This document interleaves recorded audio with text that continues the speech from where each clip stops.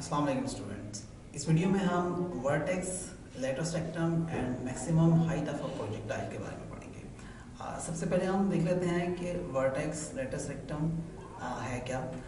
अगर आपने पैराबोला को देखा हो, it may be upward, open upward, downwards, किसी एक साइड पे ओपन हो सकता है, किसी लेफ्ट साइड पे या राइट साइड पे, दोनों साइड में से किसी पे भी ओपन हो सकता है। लेट्स से अगर हमारे पास ये जो पैराबोला है ये इट्स ओपन डाउनवर्ड, तो जिस पॉइंट पे भी हमारे पास ये एक्स एक्सिस और वाई एक्सिस को क्रॉस कर रहा है वो हमारे पास वर्टेक्स हो गया। और उसके बाद हमारे पास इसका एक पॉइंट होता है जिसको कहते हैं हम focus. So what is the focus actually? The parabola is a set of all points in the plane which are at equal distance away from a given point and a given line. So होता क्या है, हम ये जो parabola है हमारे पास, this is a set of all those points which are equal distance from a point and a line. तो जो ये अगर आप देखें ये वाला पॉइंट, इसका जो डिस्टेंस इस पॉइंट फोकस से और इस लाइन से जो होगा वो सेम होगा। सिमिलरली इस पॉइंट का भी जो डिस्टेंस है वो इस पॉइंट जो कि हम फोकस कह रहे हैं इससे और एक लाइन जिसको हम डायरेक्ट्रिक्स कहते हैं उससे सेम होगा। इसी तरह इस पैराबोला के तमाम पॉइंट्स ये प्रॉपर्टी फुलफिल करते हैं कि इनका जो डिस्टेंस है from this point and from the point from a line is always same. So उस पॉइंट को हम फोकस कहते हैं और उस लाइन को हम डायरेक्ट्रिक्स कहते हैं। इसके अलावा हमारे पास एक टर्म है लेटेस्ट रेक्टम। वो हम कैसे कहते हैं? अगर हमारे पास जो फोकस पॉइंट है एक लाइन जो कि परपेंडिकुलर हो हमारी major axis which is X axis, तो अगर हमारे पास एक लाइन हो जो कि फोकस में से गुजर रही है और it's parallel to this axis और ये पैराबोला के दोनों एंड्स को क्रॉस कर रही हो, तो उस लाइन को हम लेटेस्ट रेक्टम कहते हैं। अब हम ये देखेंगे कि हमारे पास जो इक्वेशंस हैं, हमारे पास जो पैराबोला की डिफरेंट इक्वेशंस बनती हैं। अगर आपने सिंपली देखा होगा, दिस इज पढ़ा होगा y square is equal to 4ax और it is like x square is equal to 4ay. So this is the case जब हमारे पास जो वर्टेक्स है वो ओरिजिन के ऊपर है। लेकिन अगर वर्टेक्स ओरिजिन के ऊपर नहीं है, ये इस वक्त हमारे पास जो वर्टेक्स है ये एक ओरिजिन के ऊपर है जहाँ पे 0 0 पॉइंट है। सो अगर हम कोई पैराबोलिक ड्रॉ करने लाइक कुछ इस तरह से हो, so उसका जो वर्टेक्स है वो ओरिजिन पे नहीं है, वो किसी एक और पॉइंट के ऊपर है। लेट्स से कि हम ये कहते हैं कि ये पॉइंट हमारे पास h और k है, यानी इसकी हाइट हमारे पास h है और इसका जो डिस्टेंस फ्रॉम y एक्सिस है वो k है। So then this equation will become x minus h square is equal to 4a y minus k। अगर ऐसी इक्वेशन हो तो इसका मतलब है कि ये ओपन अपवर्ड है, और अगर ये a के साथ माइनस का साइन हो, अगर ये minus 4a into Y minus k है, तो दैट मीन जो पैराबोलिक जो हमारे पास फिगर आ रही है वो ओपनिंग डाउनवर्ड है, यानी इस किस्म की होगी। So this is x minus H square is equal to minus 4a into Y minus K हो, तो ये ओपनिंग डाउनवर्ड है, और अगर ये प्लस हो तो इस ओपनिंग अपवर्ड है। सिमिलरली अगर ये y के प्रोस्पेक्ट से है तो ये राइट और लेफ्ट पे होगा। So now we have read के हमारे पास वर्टेक्स क्या है, लेटेस्ट रेक्टम क्या है, फोकस क्या है, डायरेक्ट्रिक्स क्या है।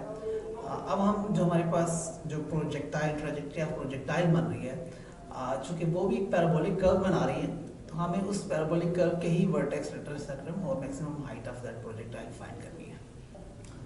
सो लेट्स स्टार्ट विद कि जो हमारे पास कार्टेशियन कंपोनेंट थे, कार्टेशियन इक्वेशन थी हमारे पास ट्रैजेक्टरी ऑफ प्रोजेक्टाइल की, वो अगर आपको याद हो तो this is equal to y is equal to x tan f alpha minus gx square over 2v naught square secant square alpha। हम इसको लिख सकते हैं gx square 2v naught square, इसको हम लेफ्ट साइड पे ले जाते हैं, secant square alpha is equal to x tangent of alpha, this is alpha minus y। Again यहाँ से हम x स्क्वायर कैलकुलेट कर सकते हैं by dividing this secant square alpha on this side and secant square और g को हम इस साइड पे डिवाइड कर देंगे, 2v नॉट स्क्वायर को मल्टीप्लाई कर देंगे। सो ये हमारे पास आ जाएगा 2v नॉट स्क्वायर। अब और जी सीकेंड स्क्वायर अल्फा, और ये आ जाएगा हमारे पास X tan of alpha minus Y. Again second term के साथ भी इसको हमने मल्टीप्लाई किया, so this will become g secant square alpha. So we can write this x square as x v naught square, यहाँ पे आ गया, और इस tan अल्फा को हम लिख सकते हैं sin अल्फा और cos अल्फा, और इस secant स्क्वायर को हम लिख सकते हैं 1 ओवर cos स्क्वायर अल्फा, और ये 1 ओवर cos स्क्वायर अल्फा ऊपर जाके cos स्क्वायर अल्फा बन जाएगा, so this will become cos square alpha, this is divided by g minus y to v naught square over g, और this secant square is 1 over cos square alpha, और ये cos square alpha हमारे पास बचेगा। सो यहाँ से cos square alpha square के साथ खत्म हो जाएगा, सो वी कैन, ये हमारे पास बन जाएगा 2 sin अल्फा cos अल्फा, तो ये हमारे पास आ जाएगा 2x v naught square sin alpha cos alpha over g minus 2y v naught square over g cos square alpha.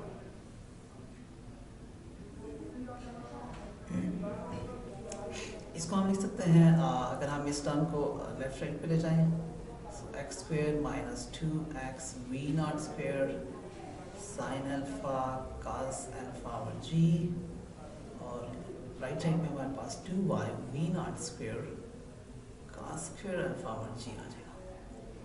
अब कंप्लीटिंग अगर हम स्क्वायर करें, आपके देखें अगर हमारे पास स्क्वायर की एक सूरत बन रही है, तो हम अगर दोनों साइड्स पर ऐड कर दें,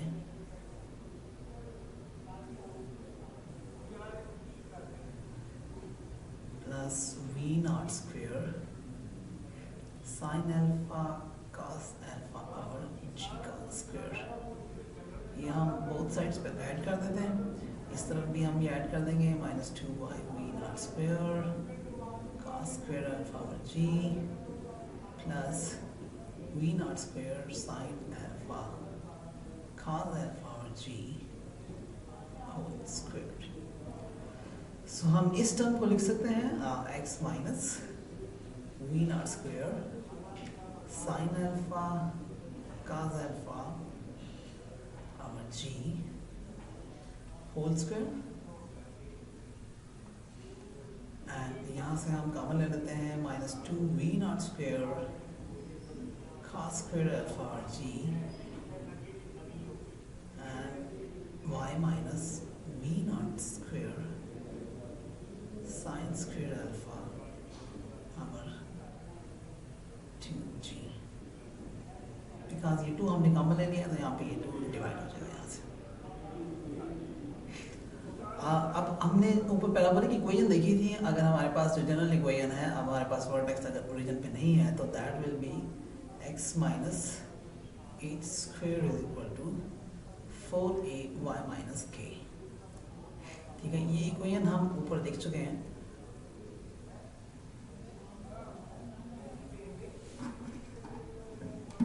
यहाँ पर so this is x minus 8 square minus 4a into y minus k। ठीक है, इसके साथ हम इसको कंपेयर करते हैं, तो हमारे पास यहाँ से h क्या आ जाएगा, this is v not square sine alpha cos alpha और g, और 4a यहाँ पर क्या है हमारे पास, minus 2v not square cos square alpha और g, और k हमारे पास आएगा v not square sine square alpha और 2g। सो हमारे पास h और k की वैल्यू आ गई, जिसका मतलब है कि हमारे पास जो वर्टेक्स है, हमारे पास जो पैराबोला बन रहा है प्रोजेक्टाइल मोशन के थ्रू, जो ट्रेजेक्ट्री एक पाथ बना रहा था हमारे पास, उसमें हमारे पास चूँकि वो पैराबोलिक फिगर थी, पैराबोलिक फिगर में हमें वर्टेक्स, चूँकि इट इज़ नॉट नेसेसिटी कि वो हमेशा ओरिजिन पे ही हो, तो h और k जनरल वैल्यूज हमारे पास आ गई, जो कि हमें वर्टेक्स पता लग गया कि vertex is equal to hk, and this is v not square sine alpha g and v naught square sin square alpha over 2g. And what is latus rectum? Latus rectum की definition हमने ऊपर देखी और वो कैसे find करते हैं. This is the magnitude of 4a. So this term, इसका मैग्नीट्यूड ले लें हमारे पास, तो ये लेटस रेक्टम की वैल्यू आ जाएगी. और हाइट हमारे पास क्या है? जो height of that projectile, this is k, and we have v naught square sin square alpha over 2g.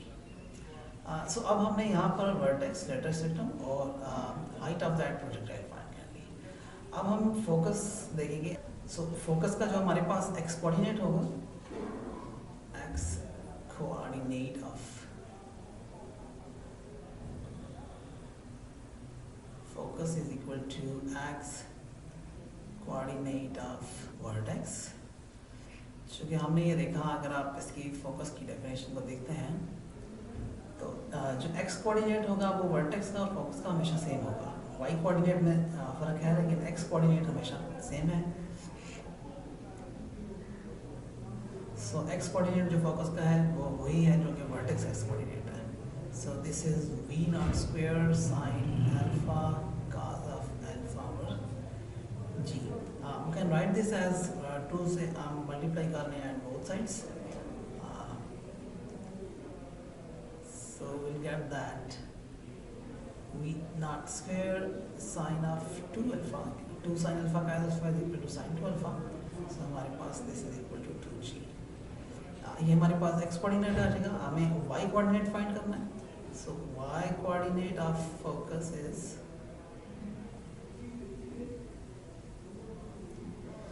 equal to height minus 1 over 4 into latus rectum. Height क्या हमने फाइंड की थी? That is v naught square sin square alpha over 2g minus 1 over 4. Latus rectum हमने क्या find किया था? Equation 2v naught square cos square alpha over g. सो हम इसको सिंप्लीफाई करते हैं. This will become v naught square sin square alpha over 2g minus v naught square cos square alpha over 2g. v naught square over 2g हम minus v naught square over 2g common लें, तो this will become cos square alpha minus sin square alpha, and this is equal to minus v naught square over 2g cos of 2 alpha. So focus हमारे पास क्या होगा? Focus के points हमारे पास v naught square sin 2 alpha over 2g x coordinate and y coordinate हमारे पास minus v naught square over 2g cos 2 alpha. अब हम equation of directrix भी निकाल सकते हैं इन तमाम चीज़ों की मदद से. वो हम कैसे निकालते हैं? This is equation of directrix. ये डायरेक्ट्रिक्स हमने देखा कि जब हम फोकस की डेफिनेशन देख रहे थे तो उसमें हमने ये देखा था कि एक जो लाइन है जिससे डिस्टेंस है फ्रॉम दैट पॉइंट वो हमारे पास सेम होना चाहिए जितना डिस्टेंस हमारे पास फोकस पॉइंट से है. So, इसकी जो इक्वेशन है वो हम कैसे फाइंड करते हैं?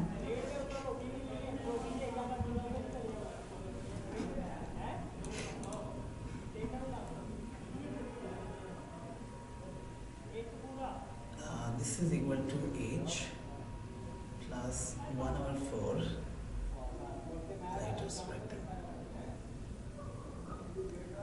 y कोऑर्डिनेट के लिए हमने देखा कि h minus 1 over 4 into latus rectum था, और इस डायरेक्ट्रिक्स के लिए हमने ये देखा कि it is h plus 1 over 4 plus है, बाकी इक्वेशन वही है. So this h is v naught square sin square alpha over 2g plus 1 over 4 to v naught square cos square alpha over g. So this will become v naught square over 2g common ले लिया, हमारे पास sin square alpha plus cos square alpha आता है which is equal to 1. So हमारे पास v naught square over 2g is the equation of directrix. Type भी इससे मालूम कर सकते हैं कि टोटल टाइम कितना लगा है हमारे पास इस प्रोजेक्टाइल मोशन में। पॉइंट इनिशियल पॉइंट से लेकर फाइनल पॉइंट तक जो टोटल हमारे पास टाइम ऑफ फ्लाइट था वो क्या था। सबसे पहले तो हमें पता है कि हमारे पास जब प्रोजेक्टाइल मोशन होती है तो जो पैरामेट्रिक इक्वेशंस हैं हमारे पास शुरू में हमने निकाली थी। This is cos alpha t y is equal to v naught sin alpha t minus half gt square। So time of flight के लिए हम y को 0 पुट करते हैं, minus half G T square is equal to 0 है। So v naught sine of alpha minus half G T by taking the t common is equal to 0, so t is equal to 2v naught sin alpha over g. So this is the time of flight. Now we can also find the range of projectile. Now we can also find the range of projectile. That mean कि projectile जो हमारे पास है वो origin से कितने दूर तक गया है। So this range could be found by the horizontal velocity, horizontal velocity। इसको अगर हम मल्टीप्लाई करें टाइम ऑफ फ्लाइट से,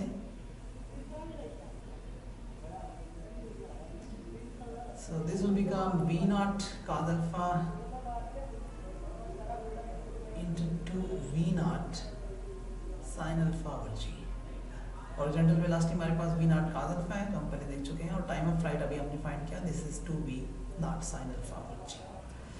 सो अगर हम इनको मल्टीप्लाई करें तो हमारे पास आ जाएगा v naught square over g into sin of 2 alpha। So this will become 2 sin alpha cos alpha, so this is sin 2 alpha।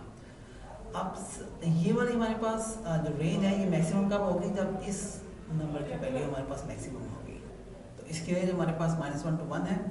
सो अगर sin 2 alpha हमारे पास 1 होगा तो ये मैक्सिमम होगी। That mean